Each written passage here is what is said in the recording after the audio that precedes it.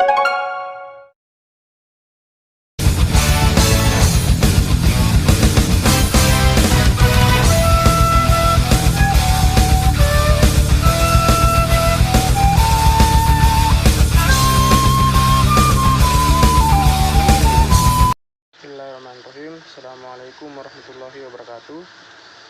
Perkenalkan, nama saya Irfan Dadan Ferry. Pada kesempatan kali ini saya akan membawakan materi tentang upaya pemberantasan korupsi dan dua materi lainnya. Untuk materi yang lebih lanjut akan saya sampaikan pada slide berikutnya. Materi yang pertama yaitu upaya pemberantasan korupsi. Kebijakan penanggulangan kejahatan atau yang biasa dikenal dengan istilah politik kriminal oleh J. Peter Hufvanaegels dibedakan sebagai berikut. Yang pertama, kebijakan penerapan hukum pidana. Yang kedua, kebijakan pencegahan tanpa hukum pidana.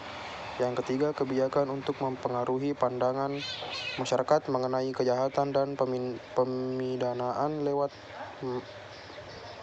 media massa.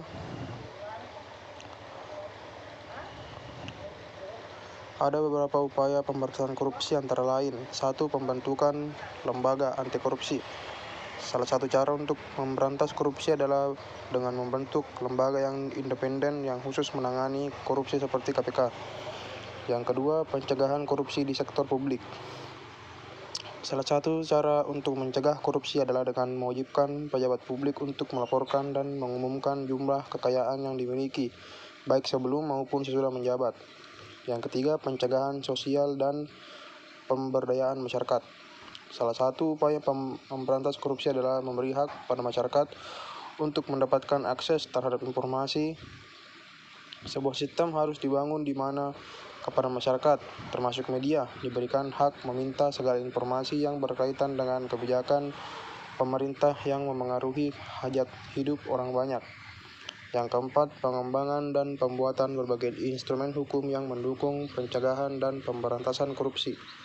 Untuk mendukung pencegahan dan pemberantasan korupsi tidak cukup hanya mengandalkan satu instrumen, yakni Undang-Undang Pemberantasan Tindak Pidana Korupsi. Berbagai peraturan perundang-undangan atau instrumen hukum lain perlu dikembangkan. Yang kelima, monitoring dan evaluasi. Ada satu hal yang penting lagi yang harus dilakukan dalam rangka menyukseskan pemberantasan korupsi, yakni melakukan monitoring dan evaluasi. Tanpa melakukan monitoring dan evaluasi terhadap seluruh pekerjaan atau kegiatan pemberantasan korupsi, sulit mengetahui capaian yang telah dilakukan. Dengan melakukan monitoring dan evaluasi dapat dilihat strategi atau program yang sukses dan yang gagal. Kemudian yang keenam, kerjasama internasional. Hal lain yang perlu dilakukan dalam memberantas korupsi adalah melakukan kerjasama internasional atau kerjasama baik dengan negara lain maupun dengan internasional NGOs. Sebagai contoh, di tingkat internasional, transparansi internasional, misalnya membuat program National Integrity Systems. OECD membuat program The Ethics Infrastructure dan World Bank membuat program A Framework for Integrity. Materi yang selanjutnya, gerakan kerjasama dan instrumen internasional pencegahan korupsi. Korupsi adalah salah satu masalah dan tantangan besar yang dihadapi oleh masyarakat internasional pada saat ini. Korupsi tidak hanya mengancam pemenuhan hak-hak dasar manusia dan menyebabkan macetnya demokrasi dan proses demokratisasi, namun juga mengancam pemenuhan hak asasi manusia, merusak lingkungan hidup, menghambat pembangunan dan meningkatkan angka kemiskinan jutaan orang di seluruh dunia. Keinginan masyarakat internasional untuk memberantas korupsi dalam rangka mewujudkan pemerintahan yang lebih baik, lebih bersih, dan lebih bertanggung jawab sangat besar. Keinginan ini hendak diwujudkan tidak hanya di sektor publik, namun juga di sektor swasta. Gerakan ini dilakukan baik oleh organisasi internasional maupun lembaga swadaya internasional. Ada berbagai macam gerakan atau kerjasama internasional untuk memberantas korupsi. Gerakan dan kerjasama ini dilakukan baik secara internasional melalui Perserikatan Bangsa-Bangsa kerjasama antar negara, juga kerjasama oleh masyarakat sipil atau lembaga swadaya internasional. Materi yang selanjutnya, tindak pidana korupsi dalam peraturan perundang-undangan di Indonesia. Sejarah pemberantasan korupsi yang cukup panjang di Indonesia menunjukkan bahwa pemberantasan tindak pidana korupsi memang membutuhkan penanganan yang ekstra keras dan membutuhkan kemauan politik yang sangat besar dan serius dari pemerintah yang berkuasa.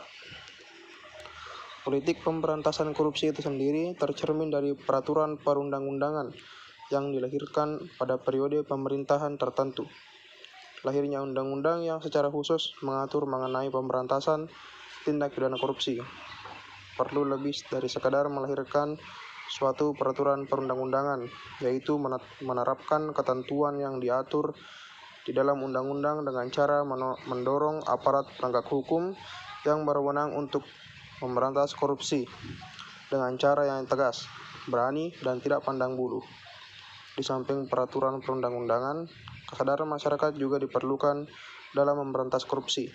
Kesadaran masyarakat hanya dapat timbul apabila masyarakat mempunyai pengetahuan dan pemahaman akan hakikat tindak pidana korupsi yang diatur dalam undang-undang.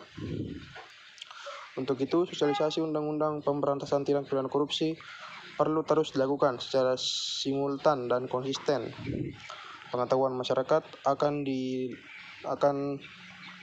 delik korupsi mutlak diperlukan, mengingat ketidaktahuan akan adanya peraturan perundang-undangan tidak dapat dijadikan alasan untuk menghindar dari tanggung jawab hukum. Ya, itulah tadi hasil dari yang sempat saya sampaikan. Mudah-mudahan bermanfaat bagi kita semua. Sekian dari saya, bila ada kurang mohon dimaafkan. Assalamualaikum warahmatullahi wabarakatuh.